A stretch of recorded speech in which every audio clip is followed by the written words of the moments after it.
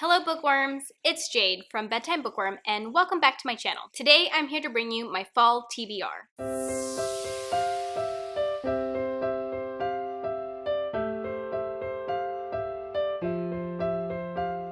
If you haven't heard the term TBR before, it stands for to be read. I do my TBRs a little bit differently than most people. A lot of people do like monthly TBRs, and those are the books that they are actually planning on getting to within that month. My TBRs are a little bit different because I am a mood reader, and that's why until recently I wasn't doing TBRs at all. What I've been trying out for the last 2 seasons is doing a seasonal TBR. In addition to making it a seasonal thing, I also pick out a lot more books than what I can read in those 3 months. So the idea is that I pick out a pool of books that I think I might want to read in the next 3 months. So that way, it still gives me a lot of room and leeway to read according to my mood. This is only the 3rd one that I've done, but doing seasonal TBRs this way really helps me to stay focused and keeps me from reading too many like random books. At the same time, I still really like reading random books that I stumble across and get excited about. And so to accommodate that, I'm allowing myself to read 3 books out of the season that are not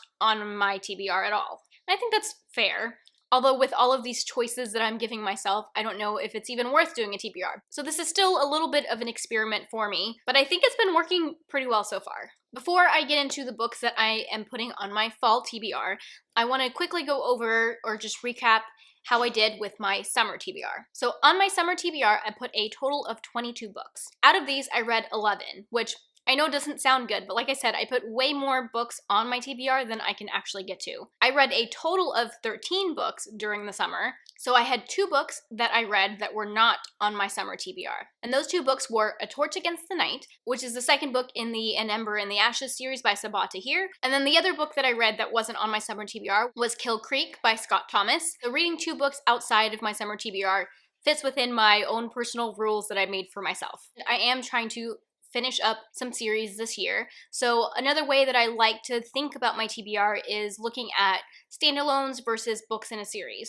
So out of the 11 books for my TBR, 3 of them were standalones, and 8 of them were books in a series, so I'd say that's pretty good. However, 2 of those books that were part of a series were series starters, which is not ideal.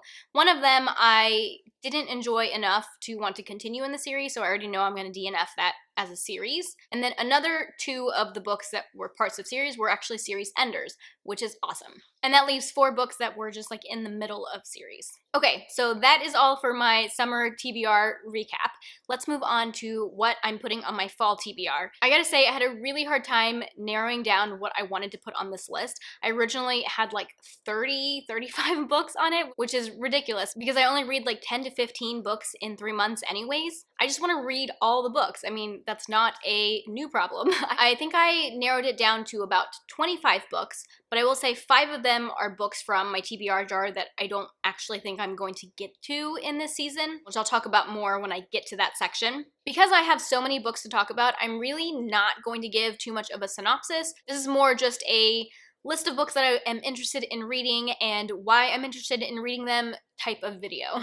The way I've been doing this so far is splitting up these books into various categories. First, let's start with just the books that I'm currently reading. I'm currently in the middle of 3 books. The first one is Book of Lost Things by John Connolly. This book actually wasn't on my radar at all, but Stephanie from That's What She Read had asked on Twitter if anyone was interested in reading it as a group read. I looked it up on Goodreads and thought it sounded really interesting, and I also jumped at the opportunity to do a group read with her as well as some other people. We're not very far into the book yet, but I'm really enjoying what I've read so far. The second book that I'm currently reading is World War Z by Max Brooks. I am listening to this on audio, which I have heard is the best way to do it because it's a bunch of like interviews and stuff, and I'm really enjoying the audiobook. They've got a ton of really amazing voice actors and even some like actors that are doing the different parts, and I love it. I have seen the movie before, but I knew that the book was going to be different, and it definitely is different. And then the third book that I am currently reading is Our Dark Duet by Victoria Schwab, which is the 2nd book in the Monsters of Verity duology. This has been on my TBR forever. I checked out a library copy of it months ago, and I've just been renewing it over and over because I'm not getting to it. Now that it's like almost fall, I've been feeling a little more in the mood for it. I'm about a third of the way into it, and the start was a little bit rocky for me, but now I'm definitely hooked and really looking forward to where the story's gonna go from there. The next category of books I want to talk about are the ARCs that I plan to read, and ARC stands for Advanced Reader Copy, and I have 3 of these to talk about. First, I have Seafire. This is by Natalie C. Parker. I've mentioned this book before. It was actually on my last TBR, but I didn't get around to it. Seafire was released here in the US on August 28th, so I'm definitely reading it after publication. But I received a physical ARC of it when I went to the North Texas Teen Book Festival earlier this year, and it's definitely blurred by a lot of authors that I enjoy. All I really know is that it's about a group of female pirates. I'm trying to go into this one with mediocre expectations because I don't want to be let down. The next ARC that I want to read is The Dark Descent of Elizabeth Frankenstein by Kiersten White. I also have a physical ARC of this that I got from the North Texas Teen Book Festival, and I'm really excited to read this one because so far I really like Kiersten White. I've only read 1 book of hers, but I loved it, and I'm really looking forward to reading more of her. This comes out on September 25th, and I'm hoping to get it read in September so that I can talk about it in my September reading vlog. This is sort of a Frankenstein retelling, or at least a Frankenstein-inspired story. It's about a girl who was living on the streets, and she gets taken in by the Frankenstein family, and she befriends Victor Frankenstein. And then the next ARC that I want to read in the next few months is another physical ARC that I got from the North Texas Teen Book Festival, and that is Odd One Out by Nick Stone, which comes out on October 9th. This one I'm a little unsure about, but because I have a physical ARC, I want to try to read it. Nick Stone is the author of Dear Martin, which I haven't read, but I've heard great things about. Odd One Out seems to be about a queer love triangle between 2 girls and a boy, I believe. I'm definitely going to go into this with like low expectations because it's a contemporary and it's about a love triangle. I'm all for queer representation. I just don't know if this is really going to be the book for me, genre and story topic wise, so I'm really unsure what I'm going to think about it. Okay, moving on to my TBR jar picks. So I do have a TBR jar and I have been pulling out books from it, but the way that I do my TBR jar picks is that these are books that are on my general TBR, and once I pull them out of the jar, I kind of move them up to my more immediate TBR. So I had 4 books from my summer TBR that were from my TBR jar that I did not read. One of them was Ready Player One, and I have since decided that I'm honestly not interested in reading that anymore. I know it's a book that has a lot of love, but I just honestly don't think that it's something I'm going to enjoy, so I have officially moved it to my no longer interested shelf on Goodreads. The other 3 books were The Piper's Son by Melina Marchetta, who is a contemporary author that I have enjoyed in the past, so I definitely want to read that at some point, but I actually don't think I'm going to read that in the next 3 months. I'm just not currently in a contemporary mood, like, at all, so I want to save that book for when I'm in a contemporary mood. Maybe a contemporary mood will hit me during the next 3 months, and then I will have it on my TBR so I can read it. The other 2 were Station 11 by Emily St. John Mandel, which has been on my TBR forever, and I really want to read, and Gone Girl by Gillian Flynn, which I'm a little on the fence about reading, but because it is a thriller and it's fall, I feel like I'm likely to pick it up in the next 3 months. So Station 11 and Gone Girl, I really think I'm going to read in the fall. And then the 3 new books that I picked out for my TBR jar are all books that I feel like fit better in the winter, so I'm going to list them here because I pulled them out of my jar, but I don't actually think I'm going to read these. They are The Storied Life of A.J. Fickery by Gabrielle Zevin, The Boy in the Striped Pajamas by John Boyne, which is like a World War II historical fiction. I definitely want to read this, but I just feel like historical fiction fits better in the winter. And lastly, Landline by Rainbow Rowell, which I know takes place during Christmas, I think, so I feel like that also fits better during the winter. Okay, so that's it for my TBR jar picks. Out of all 5 of those that I'm planning on still reading, only 2 of them I think I'm actually going to get to in the next few months. I really struggled with how to split up the rest of the books that I want to talk about in this video. I did it like 3 different ways. I don't know why I'm so complicated, guys. So first, I'm going to start with my standalone books that I'm putting on my TBR.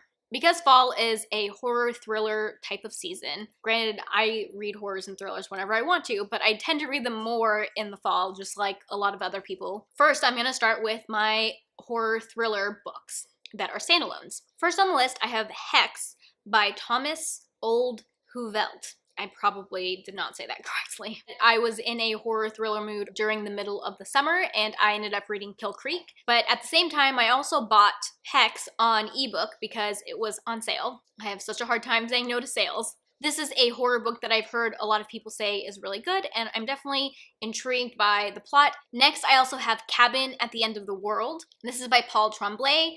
I have read one Paul Tremblay book before, and I honestly was lukewarm about it. I liked it, but I didn't love it. This one, the plot is very intriguing to me, and I have been dying to read it ever since it came out, but I just haven't gotten around to it. Now I'm putting it on my TBR, so I have no excuse. I can read it whenever I want. I also have Sawkill Girls by Claire Legrand. I talked about this in my most anticipated releases video, but Claire Legrand is an author that I have been wanting to try. And this is a horror thrillery book. I think it also leans a little fantasy as well, which is like a marriage of my favorite things. And it's gotten some really good reviews, so I'm really looking forward to reading that one. Next, I'll talk about my fantasy standalones, which there aren't very many, as you can imagine. Most importantly, I have Spinning Silver by Naomi Novik.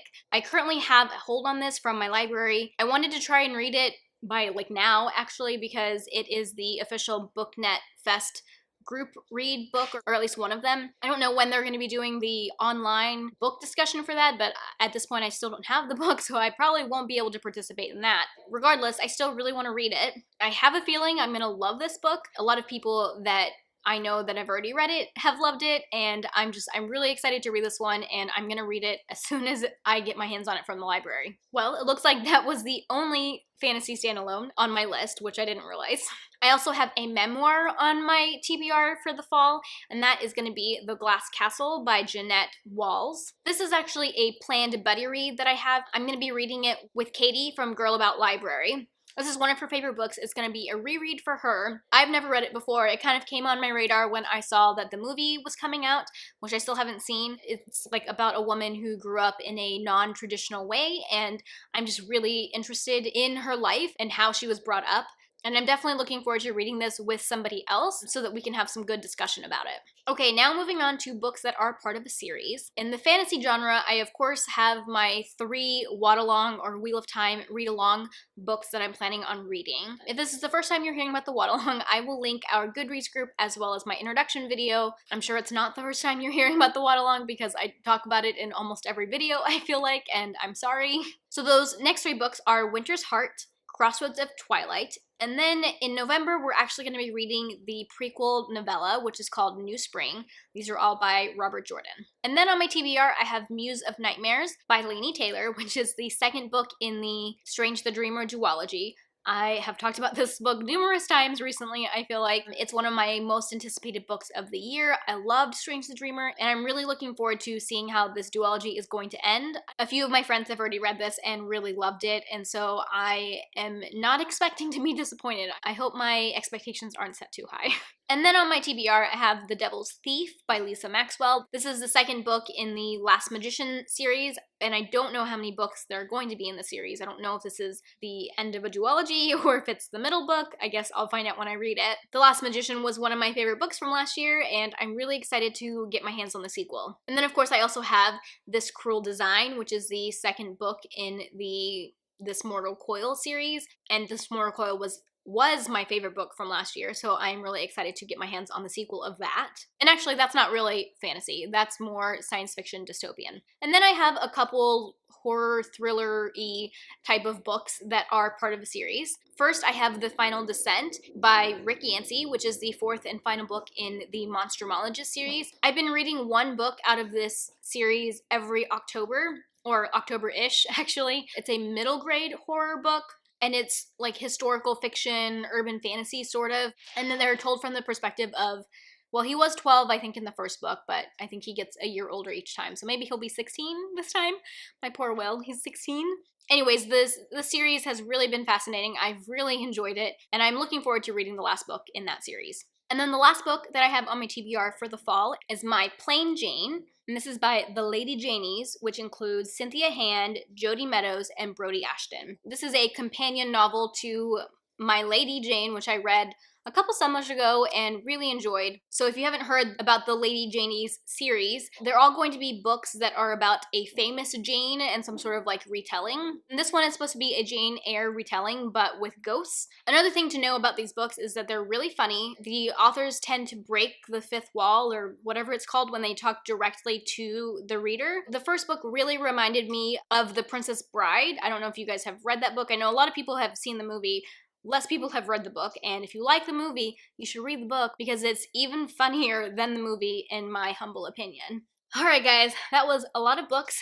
5 of those are from my TBR jar that I really don't think I'm going to get to, so they're like super low priority. But then the other 20 are books that I am really excited about and want to actually try to read in the next 3 months, knowing that I only read like 10 to 15 books in 3 months anyways. Too many books that I want to read and not enough time. That is the story of my life. I know that I am not alone in that struggle. If you guys have read any of these books or want to read any of these books, let me know down in the comments section. I'm always up for buddy reads. Buddy reads help me get things done, so definitely let me know if you're interested in any of them. If you like this video, be sure to give it a thumbs up and subscribe to my channel if you like bookish content. I post 1 to 2 times a week. That is all I have for now. Thank you so much for watching, and until next time, bookworms, keep reading.